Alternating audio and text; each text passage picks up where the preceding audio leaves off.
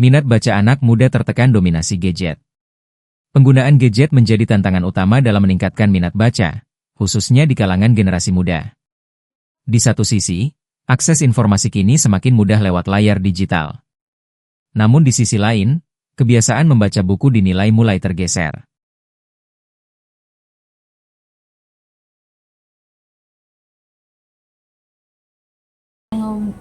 Berdasarkan itu kayaknya lebih seringlah kita banyak main HP daripada baca buku, terutama di zaman Gen Z sekarang itu orang-orang itu pada lupa sama buku gitu kan, dan lebih fokus juga ke HP gitu.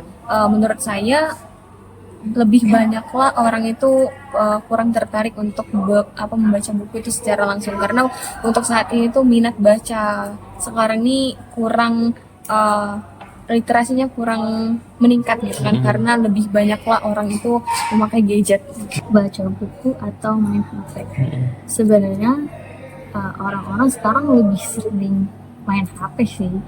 Karena apa ya, baca buku tuh kadang terlalu membosankan karena juga bikin ngantuk dan lain sebagainya buat orang-orang yang suka baca. Tapi tergantung juga, kalau misalnya orang yang suka baca ya dia juga suka banget untuk baca buku, buku-buku fisik ya, dibanding dengan buku-buku digital.